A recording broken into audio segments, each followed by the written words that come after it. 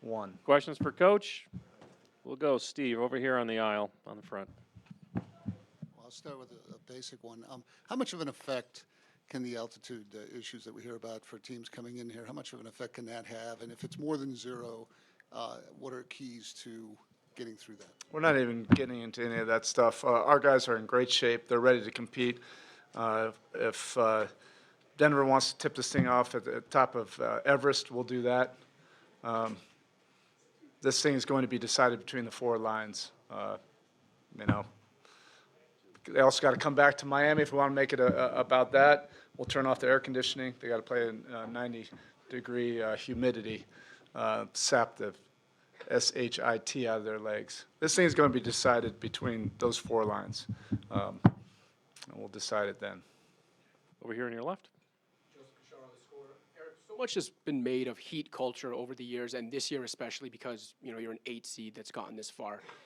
From your perspective, how would you define Heat culture and what separates? I think it's been defined enough. I think you can just look at all the whatever 1,000 other articles about it. I don't think anybody wants to hear about it. It's something we believe in. It's for us. It's not for everybody. I also think you do have to credit and acknowledge Denver's culture. They have a very strong culture. I don't think it's a coincidence that the 2 teams have been able to have sustained success, and they've done a great job of building their culture. Mike and his staff have just done a tremendous job of building a system that fits, perfectly around their 2 top players, and they do all the right things. You're not going to have any kind of weaknesses or glitches or cracks in a culture or professionalism or anything like that. And we feel the same way about our group, so I just think it's set up for great competition. Back right, Tim. Erik, given what your team has gone through for the last 12 months, starting with Game 7 last year and then the play-in, and I mean, you know the history, obviously. Is this one maybe a bit more rewarding in some respects for you getting back here just because of how difficult this path was? No, I probably think, Tim, more than anything, it's just the more experience you have, just the more gratitude you have for any of these kind of opportunities. This league is so fragile. It is so tough, to go through the gauntlet. Not only just a regular season, 82 games, 5.5 months, but then to go through the gauntlet of 3 7-game series just to get to this point. You're just really grateful, for these kind of opportunities. And this is a special group, that this group has been able to overcome a lot of different things, handle a lot of adversity, setbacks, things that have not gone the way we wanted it to go. And instead of having that collapse our spirit, it allowed us to develop some fortitude and grit collectively, and give us something to rally around, which was each other. And those are special qualities. I mentioned the other night, it's a reflection of life, to be able to develop, those kind of things that can get you through the tough times. And then when you overcome it, it just makes things a lot more gratifying. Vince in the third row. Hey, Spo, Vince Gould, Yahoo Sports. You've had to coach against some pretty unique players, from Tim Duncan to Kevin Durant, Giannis. How unique of a challenge does Jokic present because of all the things he can do? He's very unique. He doesn't really have any noticeable weaknesses in terms of his size, his skill set. He's one of one, and the myriad of ways that he can impact the game and impact winning. We have great respect for the Denver Nuggets organization, how they operate, and the system that they run, and this is the way it should be. You shouldn't be playing any ducks, at this point. When you get to the finals, I don't know why maybe the mainstream media have kind of slept on Denver, but when we saw them in the bubble, you know, we thought, all right, this team is going to be doing basically what they're doing this year, then up until now. We thought this would be a run for a long time. If Murray didn't get hurt, they probably would have already had a couple finals berths. I mean, that's how great of a duo they are, and the system that Mike and his staff have built, it just really fits. You know, so I think we all think they're legit.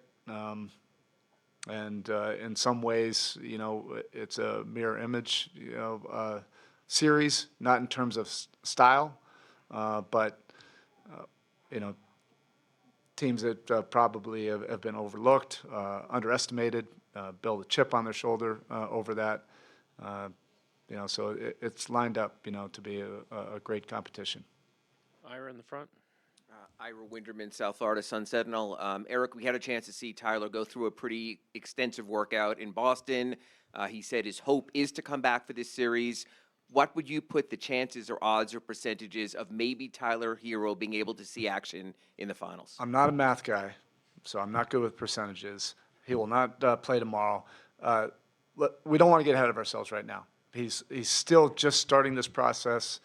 We do have a few days, you know, here just to continue his work. I can't even make any kind of proclamation until he takes these next important steps, and that's with contact and doing things more on the court, live, and we'll just see. I mean, we're all encouraged by you know, his progress that he's made, but we want to continue to be responsible and make the best decisions. He's not there yet. Joe in the middle. Joe Varn, The Athletic. Good afternoon. As the last series wore on, you had to go away from Kevin and Cody and go smaller. Do you reintroduce them in this series with obviously a much different opponent? Yeah, it's still going to be all hands on deck. You know, however this thing starts tomorrow, it probably will be similar to the last series, that it's going to look different by the end of the series. And you have to be open to all the different possibilities. Both K-Love and Cody are major pieces to what we do. And when you're dealing with, you know, a guy like Jokic, you're probably going to need several bigs. And thankfully, we do have that kind of roster depth at that position, and they all bring something a little bit different. Nobody's going to be a quote-unquote stopper in this series. This is about, you know, competing every single possession, finding different kind of advantages in the margins that only competitors can find. But thankfully, we do have, you know, both of those guys, and we're able to pick them up late. Jeff in the middle. Jeff Zilgett, USA Today. Erik, you mentioned the duo in Jamal and Nikola. What is the pressure that they put on defenses?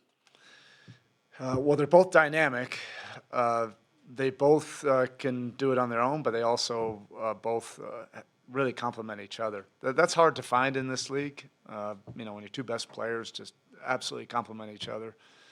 They both can and have scored 50 in a playoff game, and they both can be facilitators. And you know, I don't think either one of them care how many points they score. You know, it's just about getting the most efficient shot, you know, for the offense. So they play the right way, and that's, you know, something that you have to try to get them out of that rhythm.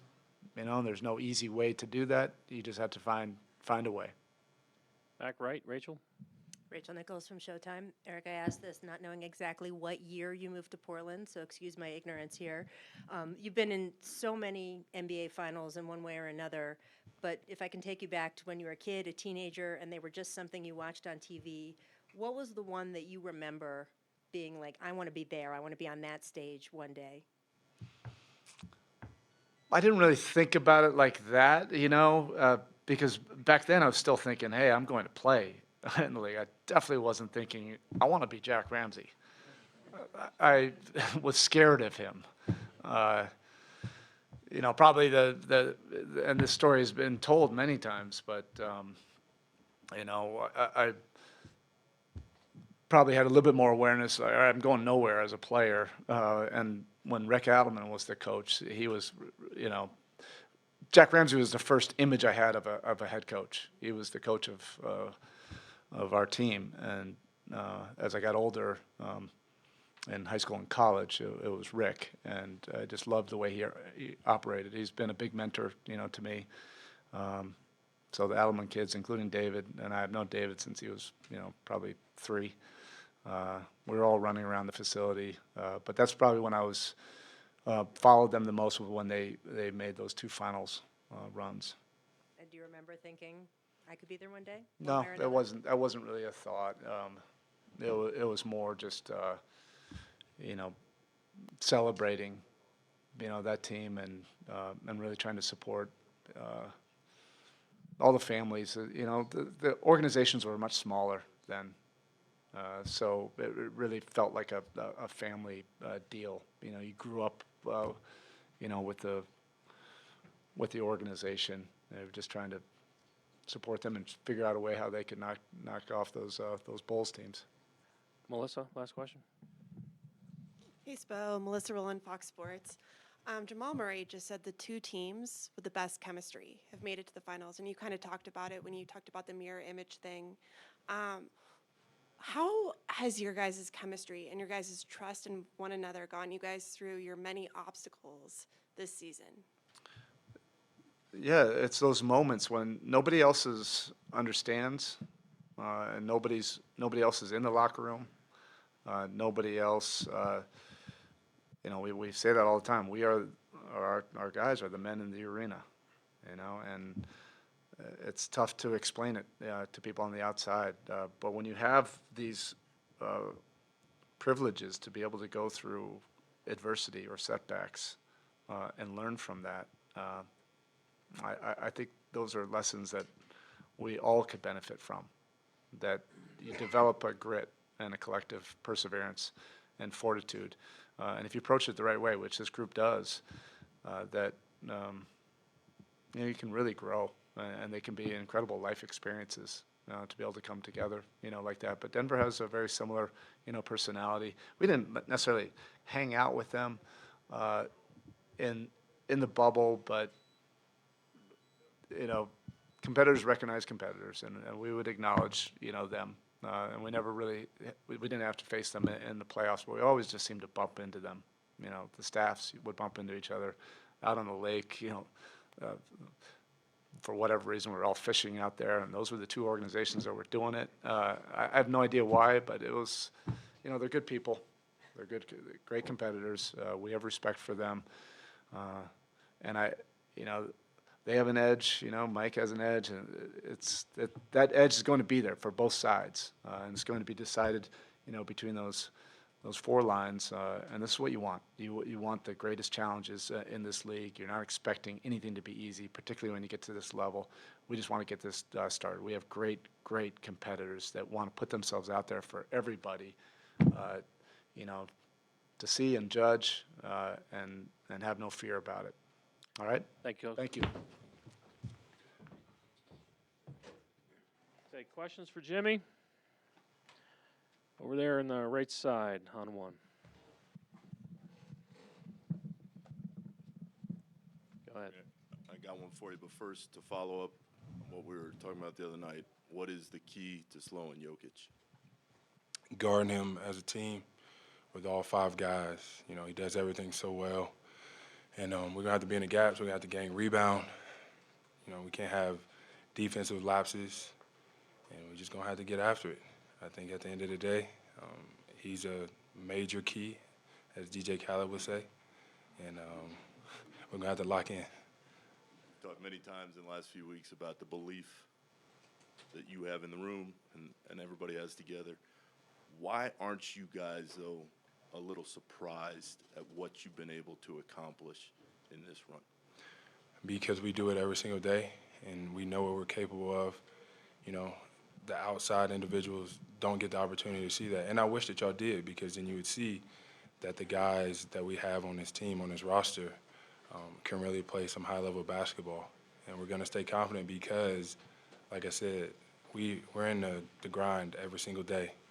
Guys have been out of the lineup all year long. Guys step up, fill in, and do that job. So we're never going to be surprised.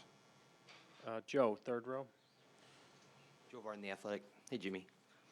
It wasn't this season, but it was last year. It was here. there was an incident between the Heat and the Nuggets, and you guys were so upset that you were in the hallway. And I understand. But what I'm asking is, are there any hard feelings that linger from that night, and do you think they could spill out in the series? I don't think so. I think there's a lot of, like, stuff about the whole situation that people don't understand, and I'll let that, stay back there. But I don't think it has too much to do with anything. It's a thing of the past, high-level competition. But I will say I wasn't talking to Jokic. That wasn't my beef, so make sure you write that. And the individual who I was talking to definitely know who I was talking to.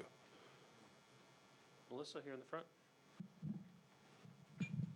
Hey, Jimmy, Melissa Rowland, Fox Sports. Obviously, you're the head of the snake. Through all of the adversity that you guys have faced this season, how have you personally taken it on as a responsibility to get the team to believe through all of it? I'm just, I would like to say that I'm never rattled. I'm very calm. I'm very consistent in everything that I do, whether it's before the game, after the game, during the game. And I think when my guys look at me like that, they follow suit in every single way. And I love that about them because they're never shook. No matter what, we could be down. People could think that we're out. And all of a sudden, it's like they're right back in this thing. And it's because we do the same thing every day. We love being around one another. We want to see each other succeed. We really do enjoy when each other play well. And we're going to continue to do that. Never going to get rattled. And we're going to see where we end up. Over here in the left, on the aisle. Jimmy, Tomer Azarli from Clutch Points. When did you realize you could be this kind of leader? At what age? And is there anyone who helped you develop this kind of confidence and leadership that we've seen the last couple series? So many of my former teammates have shaped me into this quote-unquote leader that you think that you see in front of you today. Not perfect or anywhere near it in any way. But I'm me, and my style of leadership works here. But more than anything, I got to get a shout to D-Wade because he had always told me about that culture here and how it fits who I am, what I'm about, and how I go about things. And you see it everywhere. It really is a match made in heaven. I love it here, and I hope to be here. Rachel, back right. Jimmy, Nicola was up here saying there's not a player in this finals who didn't have those moments growing up of 3-2-1 and scoring the winning basket to win a title. What was yours? Was yours on a blacktop, driveway? Who were you pretending to be? What do you remember? None of that. I was never, that good at basketball growing up anyways. So me being in the NBA was so far out that, I didn't think I would make it this far. I'm glad that I am here and I have the opportunity to do that. Maybe I'll hit a game winner like D-Wade. I think that'd be really good. I'm not standing on no tables, but it'd be really cool to be D-Wade for a day. Was there an NBA Finals you remember from growing up that really had an effect on you? Nah, we didn't have cable. Next to Rachel. Brandon Crissell from KOA here in Denver. Going off the board a little, Jimmy, I'm not sure how many people know how much time you've spent in Denver, especially at Broncos games. Can you share with us a little bit about your relationship with Demaryius Thomas and how bittersweet it is that he's obviously not going to be here cheering for you and maybe cheering for the Nuggets a little bit too? That's my guy, my brother forever. I miss him so much. And I used to spend so much time here with him, watching him be great.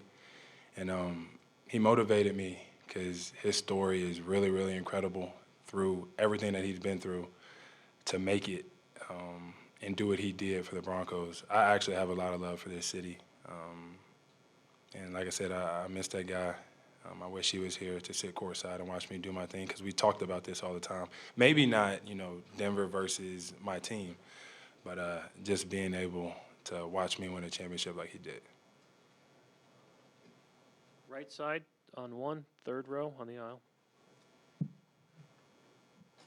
Hi, Jimmy. Esteban Ciccone from NBA Brazil, talking about another friend of you. We just got a message from Neymar right now saying that he's following the playoffs, he's supporting you and the Heat. How is for you to receive a kind of support like this right now? And are you going to invite Neymar to the finals in Miami? Yes, he better be there. So, Ney, I know you're looking somewhere. You better be there. But that's my guy, too.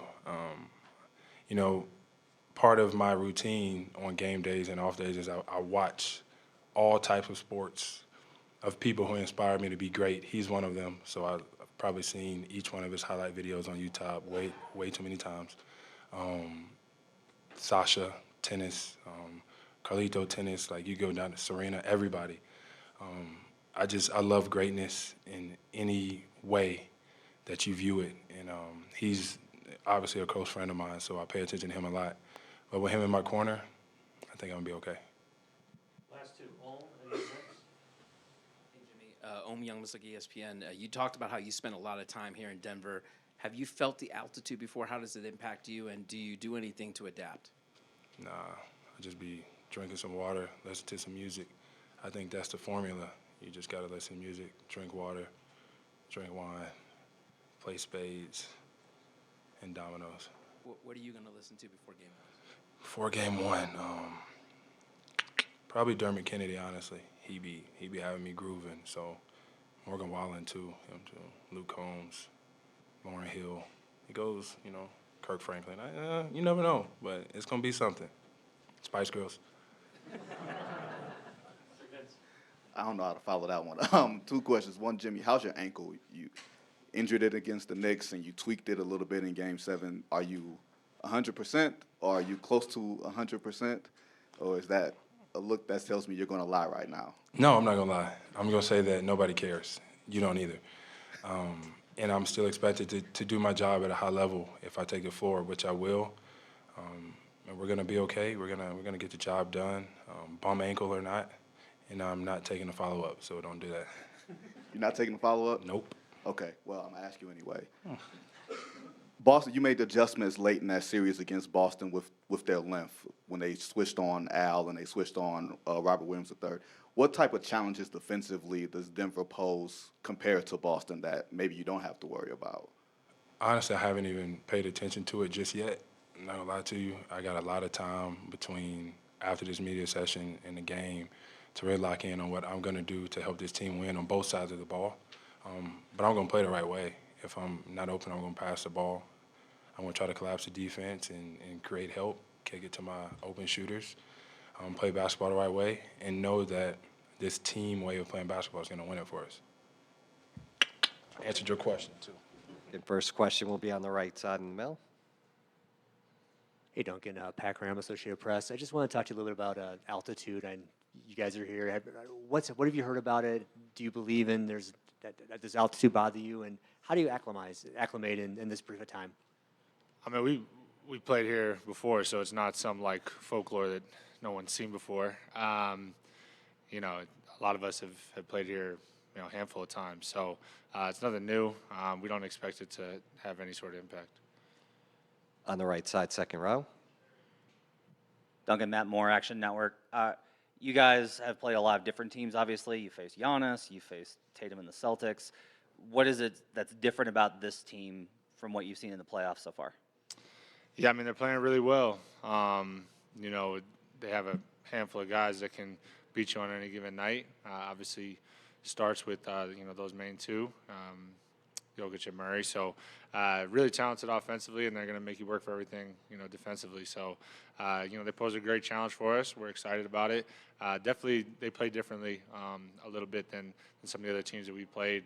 So much of their offense being focused around those two, but both those guys are such willing passers as well. So it'll be a good challenge. Staying on the right side, fourth row. Duncan, Mike Cuneo, CBS News Miami. I know the whole undrafted thing has been a storyline that's been played out this whole postseason. But for you personally, these last 5-6 years, do you ever take a second to look how far you've come personally and professionally as a player?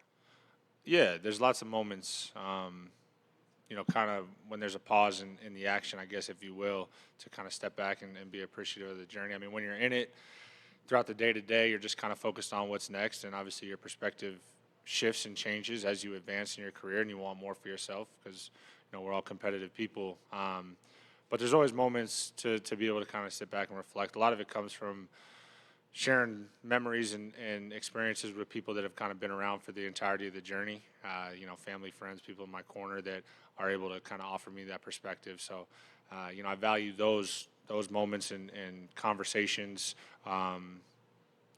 very much so with those people in particular.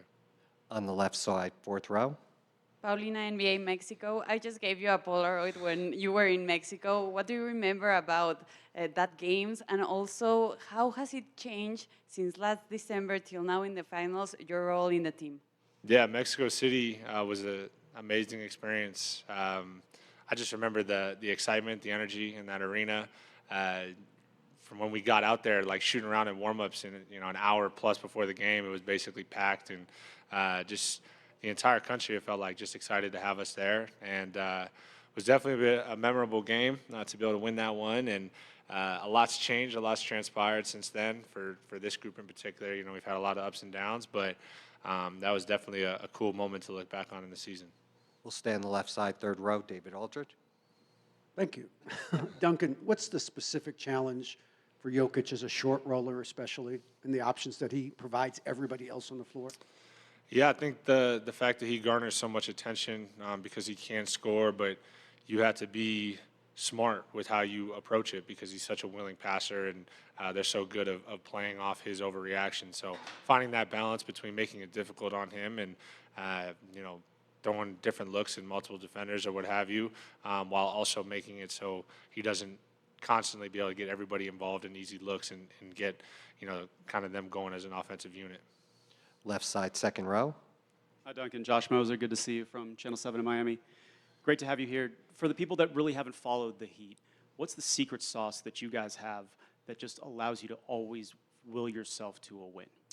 Yeah, I think we have a connection and a competitive spirit, especially lately, just throughout the midst of this run. I think it's kind of all coming together at the right time. And, those two things alone can really, really carry you, especially, you're going to have stretches where, ball's not going in or maybe not playing the way that you want to as a group. But if you kind of have that collective trust and competitive spirit and grit to fall back on, I think that always gives you a chance. First row on the right side. Tyler King, Denver Gazette. Duncan, there's a lot of veterans on both sides in this series, but specifically for you guys with Kyle, what kind of value does he bring into the locker room leadership-wise, and just what is his intensity like on a day-to-day basis?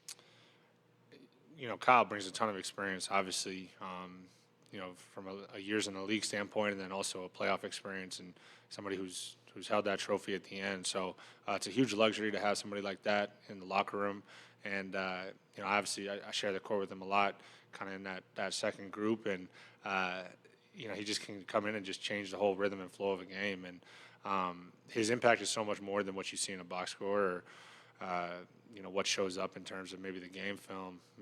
He's a trusted leader, somebody that we all kind of count on. And I think he does a really good job of navigating that line between, discipline and kind of holding people accountable while also maintaining a certain sense of humor and levity to it as well. So he's been huge for us, for sure.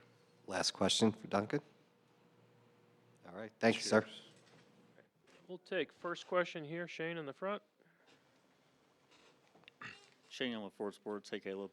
Everyone talks about Spo as a great tactician, X's and O's guy, but what's he been as a motivator and leader for you personally? Man, he's been huge in motivating us and just getting us right mentally, man.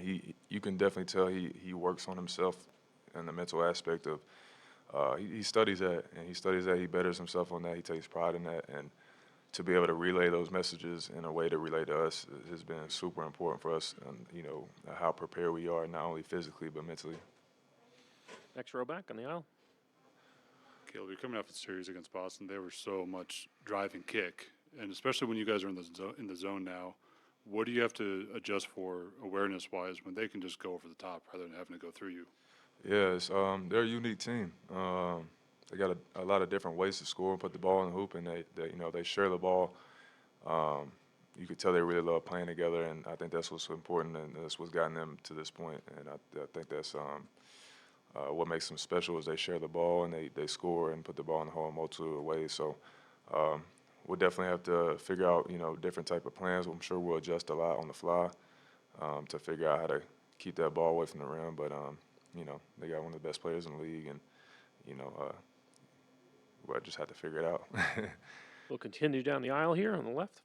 Caleb, when you had those G League stints in Greensboro and Sioux Falls, How did you keep the NBA dream alive? And now that you're here, do you think those experiences help you appreciate this even more?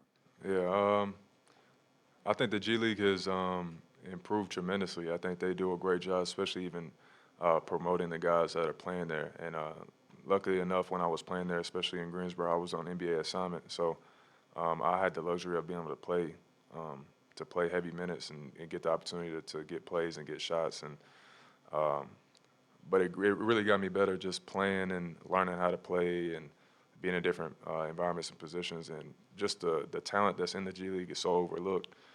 There's so many people that can play at the NBA level on any given night and play very well and contribute to a winning team. So I just think the talent aspect and the preparation that it takes to play well, even in the G League, is definitely helps you get to this point.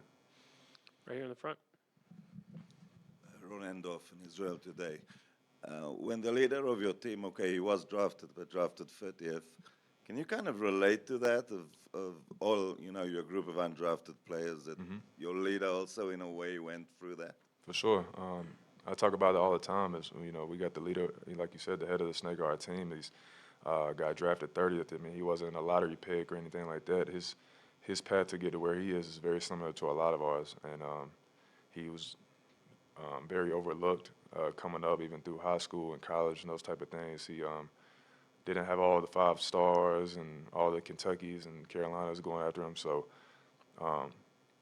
looking at a guy like that, he definitely gives you hope, and also just puts in perspective that it's it's about the long game. It's not about having everything at once. It might take some people 2-3 years. It might take some people 9 years. But just sticking with it and continue to perfect your craft can put you in a great position. Joe in the middle. Hey, kid. How you doing?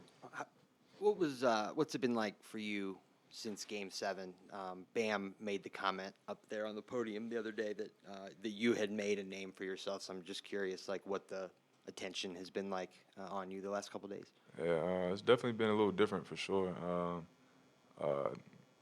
Getting recognition or attention, but I feel like more often than not right now, these are the times I kind of stay away from like social media, especially when you're this close to you're 4 games away from being a champion. I think that this is the most important time to stay locked in, stay focused. But this is what comes with it.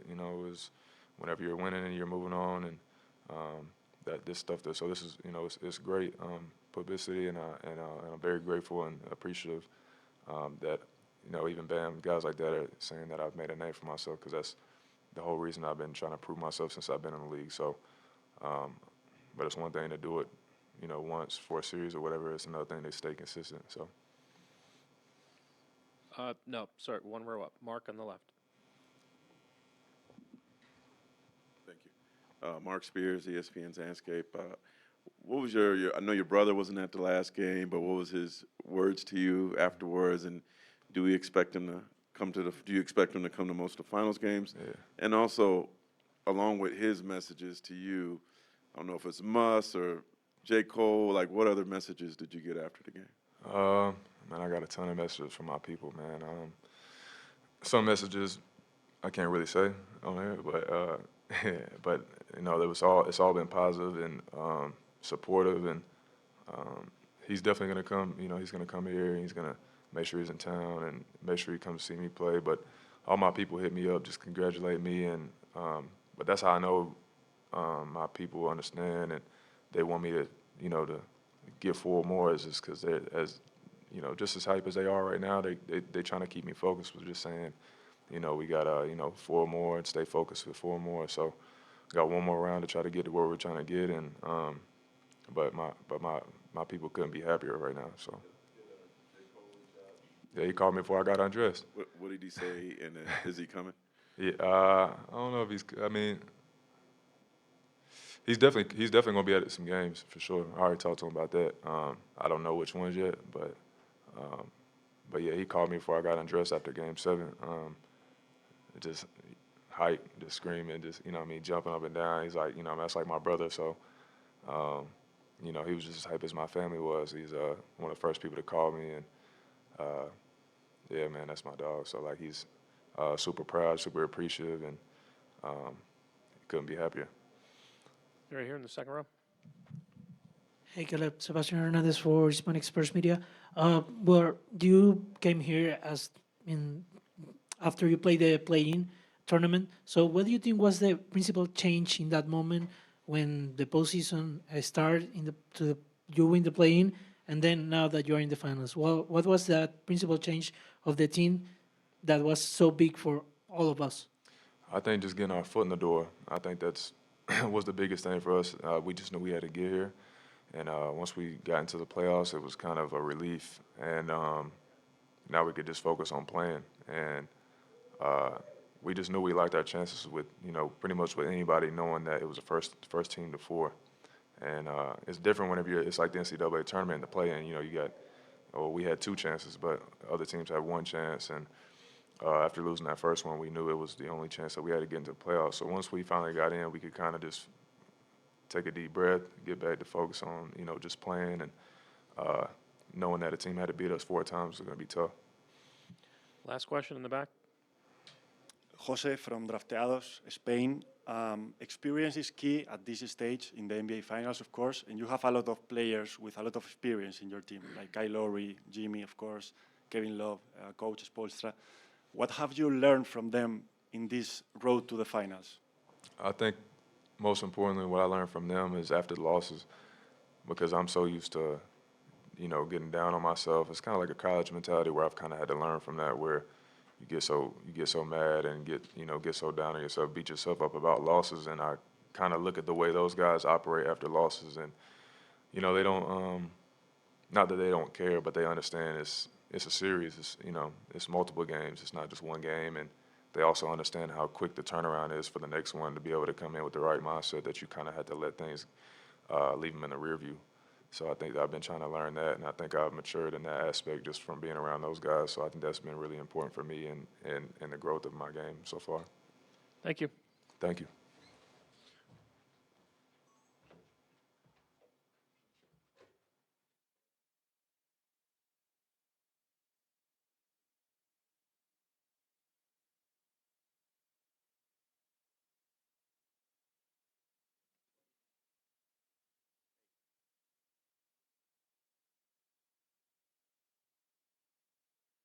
First seat.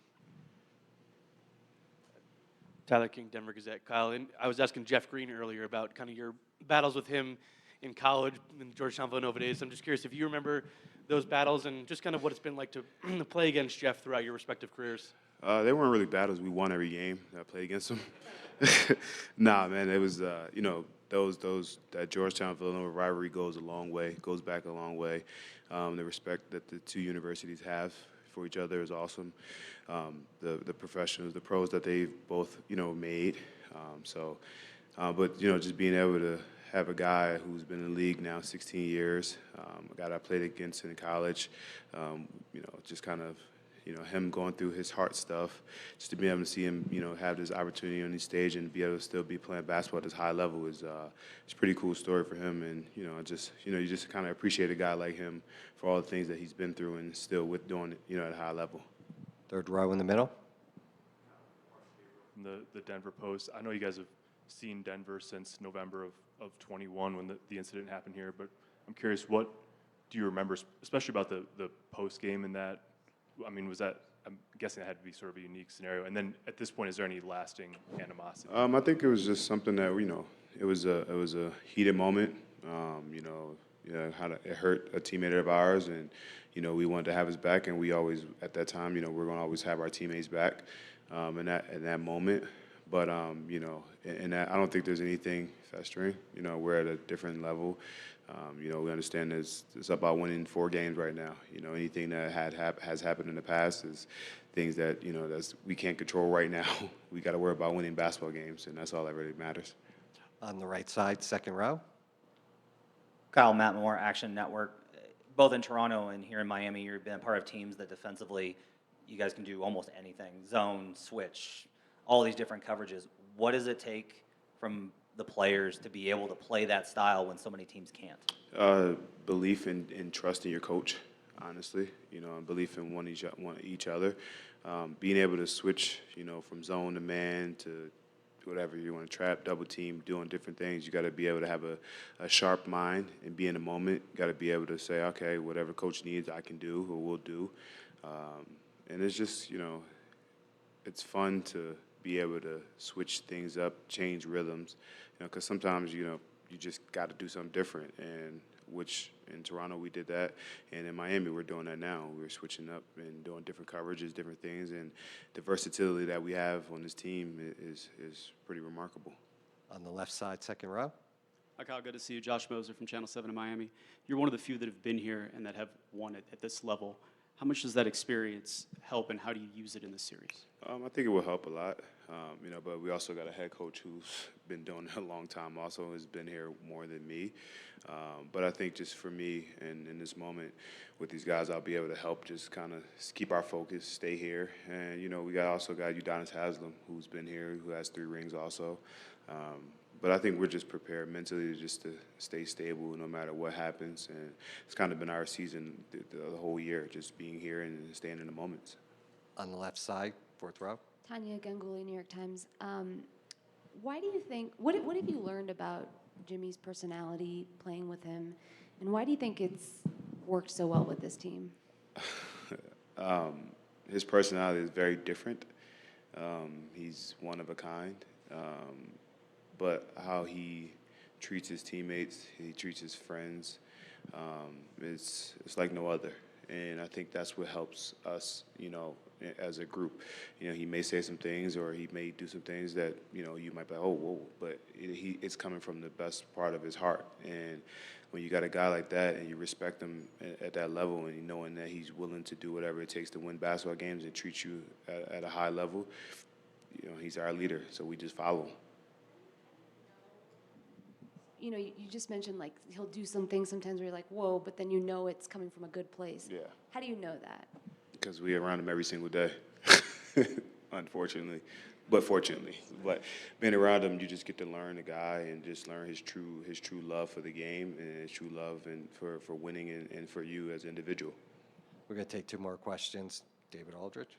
Kyle. What up, DA? What's up, sir? Hey, man, chill. Hey, I'm going to take you way back to 2011. Damn, dog. You aging me so bad. Max was still in high school. Think how old I am. When you were in Houston, you had a rookie teammate named Ish Smith. Yep. And Ish is finally in the finals. I just wonder what you remember about that year with him. He used to embarrass me and Aaron Brooks in practice. Too fast. Couldn't keep up with him. I ain't gonna lie. I used to dislike having to go really live practice against him. But if you go back and people go look at his journey and the things he's been through to finally get to this point of getting to the finals, I can't wait to just see him and say hello. And every time I see him, he still called me vet. He was just a good kid, coming out of Wake Forest. He wasn't the best shooter, but he can get anywhere on the floor at any time, any moment. He was always a special kid and a special guy. And, sometimes you just have these stories that people should look into because his story is a very unorthodox story. And, I'm sure he's happy to be in this moment. Final question on the left side. Joseph Kashar, the scorer. Kyle, so much is made about this team's resilience, and especially this year because the run you've gone on as an 8 seed. And I was just curious, now you being in a couple years, is how would you define Heat culture? Because it's one thing for us to talk about it or write about it, but as someone in it, how would you define it? What separates this organization from others? I think we just don't care about what others think. I think we do what we do no matter what. I think we work hard no matter, the time, the place, the situation.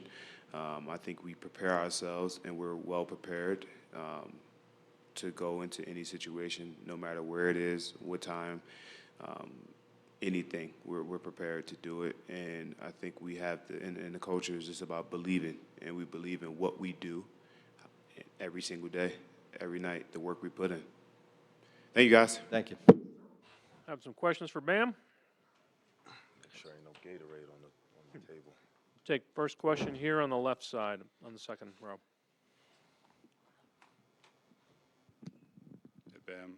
Jokic is such a unique player, and he's shown he can pretty much score from any part of the floor. So when you are just trying to make things tough for him, what does making it tough for him actually look? What are you trying to maybe force him into? Tough shots, difficult shots. Trying to get him in a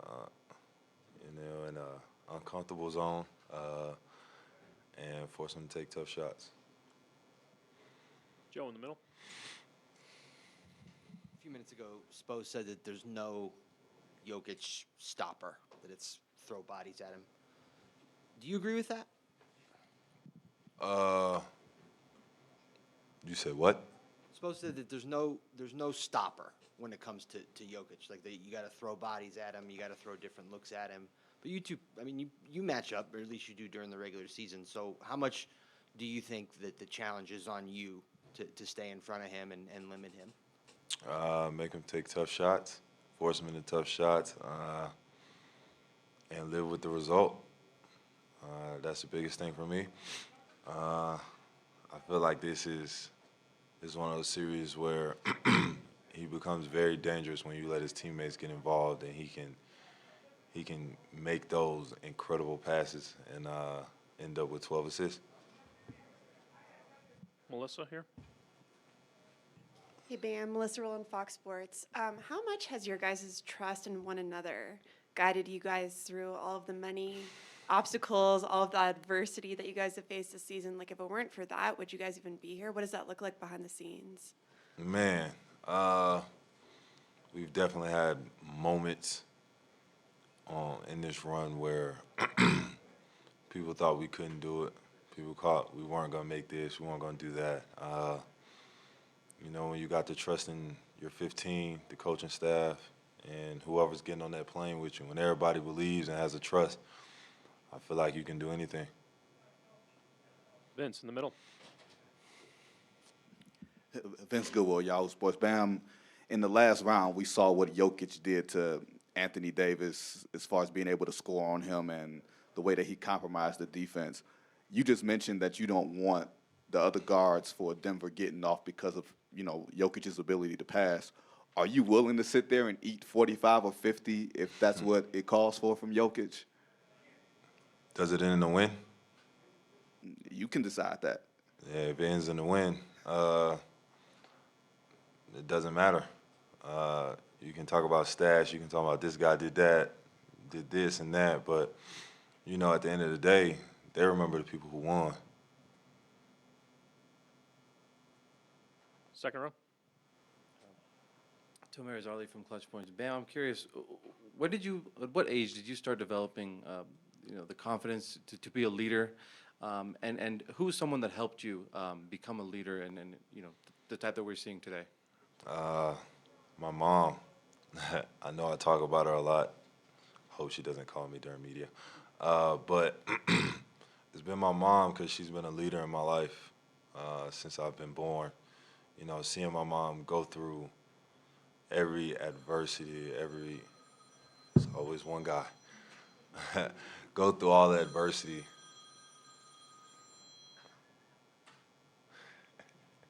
It's all good, man. Through all that adversity she's been through. My mom walked to work. My mom was a single parent. We lived in a single wide trailer. I lived off of $12,000 a year from my mom. So having that type of person lead, I feel like it was just bound for me to be able to get in that mode. Definitely uncomfortable when you first start when people start looking at you and saying you have to be more vocal, you have to be a leader of the ship. And, I just look back at those days, how my mom just led for me. And it was by example. You touched on it, but leadership comes in all forms, like, by example, vocal. Have you found what fits best for you? I've always had that will to lead by example. But every moment, in the moments of truth, I'll take the chair, and it counts for whatever it counts for, maybe once or twice a game, just depending on it. But I feel like it's by example, and I'm the person that, if you're going through something, I will come to you and talk to you. So everybody has their different versions. Over here on the left.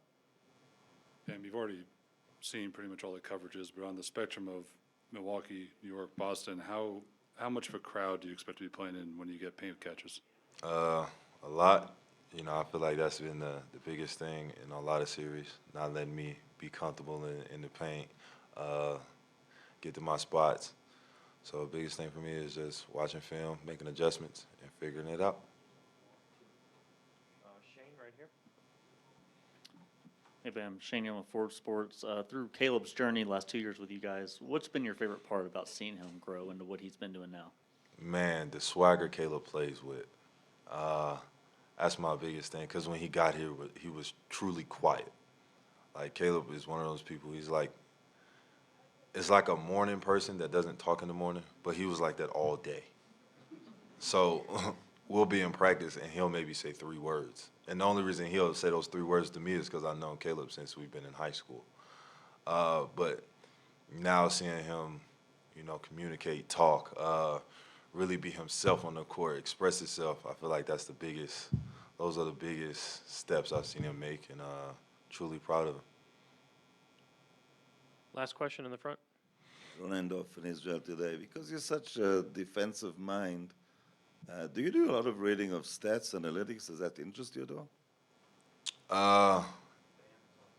I really look at film, not really analytics, but I definitely do watch film, look at tendencies, look at plays, see if I can see hand motions to see what type of plays they're running. Just the little things, the little details that you don't look at throughout a game. I try to find the little things in the film. Thank you. This is it for today. Open session out on the out on the court. Josh Moser from Channel 7 in Miami. A lot of people make a lot about the altitude. How will the altitude affect you guys? Not worry about it at all. We're ready to play. It don't matter where it's at, where we're playing. We're ready for everything. It's not going to be a problem at all. First row on the right side. Tyler King, Denver Gazette. Max, a lot of people are going to talk about coming to this series, Jokic, Murray, but what kind of challenges for you guys defensively does Michael Porter Jr. bring? Just a 6'10" guy who can really get that shot up over anybody. Mike's talented, man. I've known Mike since, you know, we got the same agent, so I've known him for a while. He can shoot the ball really well and get it off very quick, so he's definitely got to be a problem that, you know, we got to make sure we keep an eye on and not let him get too hot, because we know if he makes a couple, he can get it going. So definitely got to keep an eye on him as well as the other guys. Staying on the right side, fourth row. Max, Mike Cunio, CBS News Miami. Kyle was just asked about Jimmy Butler and how he can kind of get under people's skin, but maybe in a good way for you guys. Yeah. Come from a good place. Do you have a specific story of where he's kind of done that and you've been taken back and you're like, whoa, this was actually like a positive moment between you two? Oh, it's probably something every day that I could say. Me and Jimmy got a unique relationship. It's like Kyle just said, like 2011, I was still in high school and watching him play on the Bulls, and, you know, me being from Chicago, just growing up watching him, it's kind of crazy that, you know, I'm on his team trying to help him win a championship now. So I'm just here to help him whatever he needs, and whatever he asks me to do or for the team to do, I'm willing to do it, because he's one of the most highest basketball IQs I've ever been a part of and been around. We'll go to left side, fourth row. Tanya Ganguly, New York Times. Aaron Gordon was here earlier, and he said that the thing that he thinks allows Jimmy to get under the skin of opponents is that he's so poised that he just stays calm, like through the course of a game, even though he's not saying a lot. That can irritate opponents. Have you seen that happening? Yeah, Jimmy just wants to win at any cost. He's not worried about any of the extracurricular stuff. He just wants to play basketball at the highest level and play the right way, and that's how we're all built. And he just goes about it with that confidence, and he doesn't need to talk. He lets his playing do the talking, and we're all just here, you know, following in his footsteps. And he just gives us, our team, the utmost confidence in each other. One more question. Max, David Aldridge with The Athletic. Kenny Smith has this great saying. He says, coaches can't give you confidence, but they can take your confidence away. And I wonder, with Spo, with you guys, it just seems like no matter who's on the floor, everybody is supremely confident. And I wonder if that comes from the physical challenge that you have to do to play for the Miami Heat, the mental challenge of having to be versatile to play for the Miami Heat, or if he articulates that in any way that makes players feel very confident when they're on the floor. I think he gives the belief in you just by putting you out there. You know, we've all come from two-ways or you know, undrafted guys, so the ability to get the opportunity to play shows that he believes in you the most in the fullest. And you know, it trickles down from our star players, guys like Bam, Jimmy, Kyle. They believe in everybody in our lineup that we can go out there and help win games and win at a high level, and to have the trust from them and the coaching staff just trickles down and has us be the most belief in ourselves, and it's a special thing. It's really a special thing to be a part of, and wouldn't want to be anywhere else. Any more questions? Okay, thanks a lot, Max. Second row. Fábio Malavasi, NBA Brazil. Gabe, you are the most compelling story of the season, the way you're playing, and you know the important role that you have for the team. And of course, being in the final is a special situation. How you summarize this season and how you achieve this goal to be here? The season's been interesting. You know, we've had highs, we've had lows. Obviously, we've made a push from the 8th seed to the finals. We've showed a lot of resilience, a lot of persistence, a lot of belief in one another, and we're just excited for the opportunity that's ahead. Left side, second row. Hey, Gabe, good to see you. Josh Moser from Channel 7 in Miami. You guys have won games on the road, especially 3 of them in Boston. How do you have that carry over to start the NBA Finals? Yeah, obviously we take the experience from this past series into the next, but, you know, it's a totally different series now. You know, we start from blank, we start from scratch. It's 0-0. We just try to approach each game with the right mindset and come out here and just try to take care of business. Go to the left side, fourth row. Tomer Zarli from Clutch Points. Gabe, first one, how's your ankle doing? You doing all right? Doing well, thank you. And then I'm curious, this team plays with a lot of confidence. I know you guys probably get tired of all the undrafted stuff. Who for you helped develop that kind of confidence, that type of leadership? When did that start for you? What age, and who helped you develop that? I'm sorry, at what age? Just in life?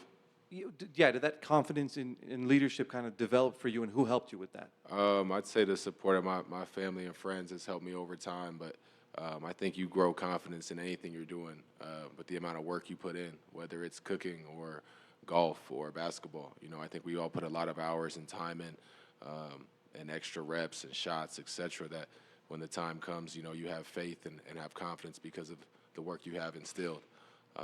You know, and this group especially is putting a lot of work on the court, off the court, battling together. So, you know, we're definitely a confident group.